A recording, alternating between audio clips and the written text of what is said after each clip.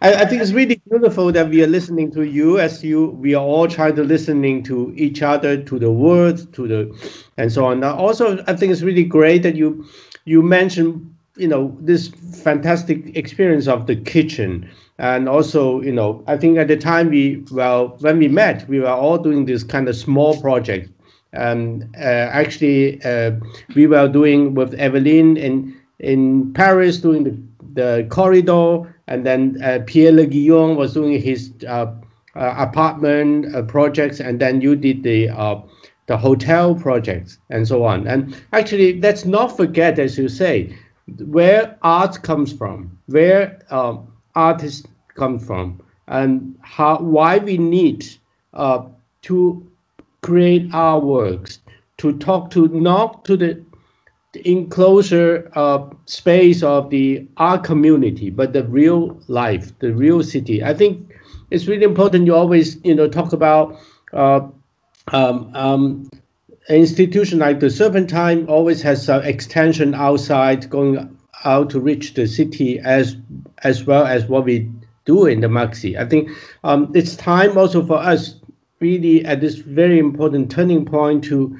come back to this serious discussion about what our institution plays, what kind of role plays in the city, and especially in this context, then we are facing a rupture of a existing but no longer well functioning economic system that has exerted so much pressure on us, right? And I think it's really very important time to get into a new discussion, new understanding of what kind of uh, uh, cultural economy that one can come up with for the next step after this uh, period of the crisis. This virus actually is a warning to Yeah. to uh, what we have done for the what has been done to us for the last decades, let's say. So we want to listen to your insights on this perspective. How, as an institution, can continue to survive, develop, and also uh, to become influential. Yeah, so Hanru, you bring up so many, interesting points.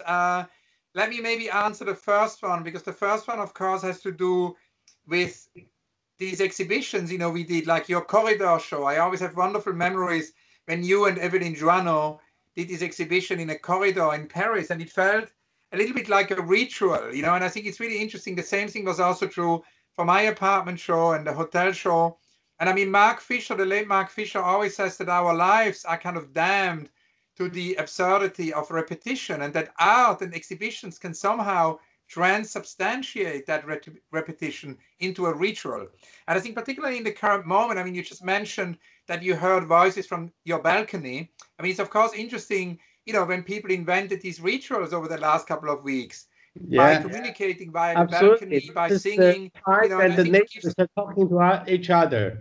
yeah, and I think it's interesting in terms of museums, that we really think about what could be, new rituals for the 21st century. And I mean, Tarkovsky always said, my favorite film director, Andrei Tarkovsky, he always said that we need to come up with new rituals. We are bereft of rituals today. And so that's definitely one thing I think as museums, we should think about. I think the other thing which is important, which you address, is of course the economy. And I think one of the things is what I think is very important is that we also look what happened in the 1930s, because I actually remembered when I visited the late Helen Levitt, the photographer.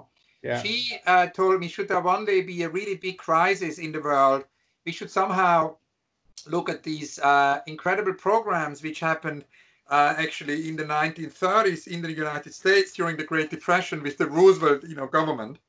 And I do think that today we need such large scale, governmental support, particularly Yes. also for artists. It's a very precarious moment for artists, and it's interesting how the PWAP was the Public Work of Art, which happened in 34, and then from 35 onwards, for 5 years there have been all kinds of projects. There was the Federal Art Project, which was part of the WPA, of the Work Progress Administration.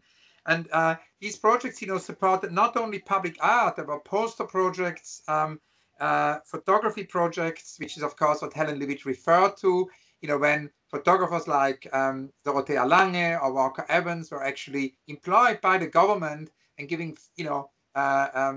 photographic commissions in rural areas. There were also community centers. And I mean, we cannot, copy this model because we are living very different times. But it's interesting because Jeremy Rifkin wrote an interesting book called The New Green Deal, also addressing ecology.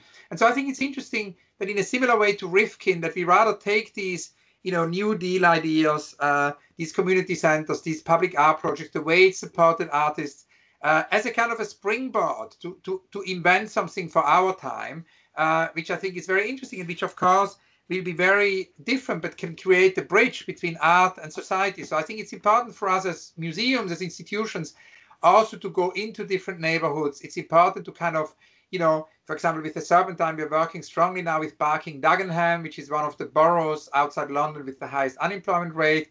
And we have projects with Sonia Boyce, with Suzanne Lacey, and many other artists who are in residence there. And I think this idea, of John Latham and Barbara Stavini, of bringing artists into society with the artist placement group is also relevant, again, for our time. I think the other thing in relation to economy is that I think we will need to think also how we can collaborate. I think, together we can do much, much more than being on our own devices, and I think it will be very important in the next couple of years. And that's why it's interesting, that you and I have this archive of Cities on the Move, and we did all these collaborations where the institutions worked with local institutions, where actually, we had shows within the show, self-organization. There was a very strong grassroots element, in Cities on the Move. And I think the whole Cities on the Move model, the Do It model, I think, without any nostalgia, I don't think, that we need to return to anything, because now it's a very different moment in time, but we can use these toolboxes. And I think generosity is key.